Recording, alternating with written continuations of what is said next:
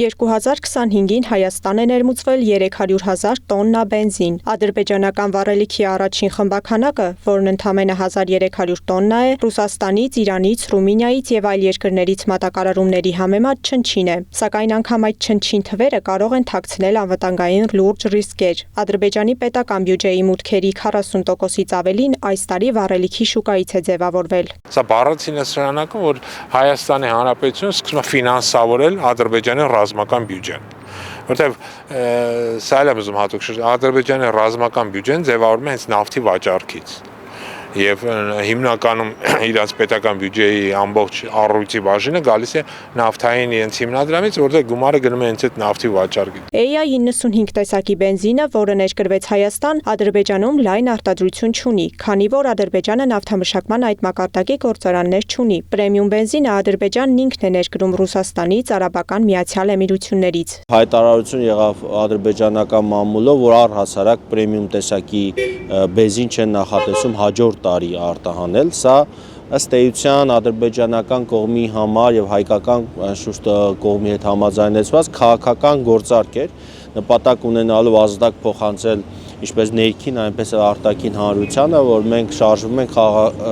այսպես խաղաղ օրակարգով։ Եթե անգամ Ադրբեջանից Հայաստան վառելիքի ներկրումը երկարաժամկետ լինի, Հայաստան չի ներկրվելու նույն տեսակի բենզին։ Տնտեսագետի կարծիքով EA95-ը կփոխարինվի այլ տեսակի վառելիքով։ Նրանք տարեկան արտանում են մոտ 714,000 տոննա դիզել, այսինքն իրենց մոտ դիզելն է ավելի համատաբար լավ ստացվում։ Ինձ թվում է հաջորդ գործարքը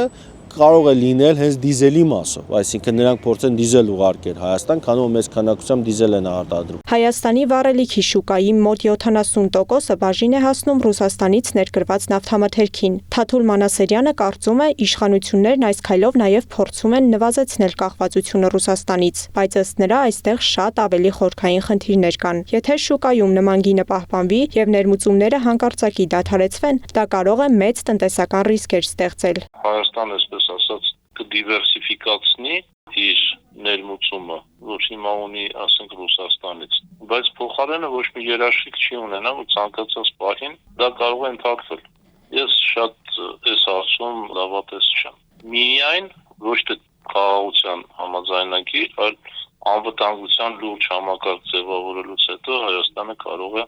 համագործակցել, բայց դա էլ աստիճանաբար, որովհետև ռիսկերը շատ ավելին են, քան հնարավոր օգուտները։ Ռիսկերը միայն տնտեսական չեն։ Այս տարի Ադրբեջանը ռազմական բյուջեին հատկացրել է մոտ 4.5 միլիարդ դոլար, ինչը շուրջ 1 միլիարդով ավել է նախորդ տարվա համեմատ եւ 2.9 միլիարդով գերազանցում է Հայաստանի 2025 թվականի ռազմական բյուջեն։ Այս պայմաններում ադրբեջանական վառելիքի ներմուծումը պարզապես տնտեսական հաշվարկ չէ, ասում են զրուցակիցներս։ Փոքր ծավալով սկսված այս գործարքը կարող է դառնալ երկարաժամկետ քաղաքական ու տնտեսական գործընթացի սկիզբ, իսկ հարցը մնում է բաց։ Հայաստանը պատրաստ է տնտեսության համար վճարել ոչ թե դրամով, այլ անվտանգությամբ։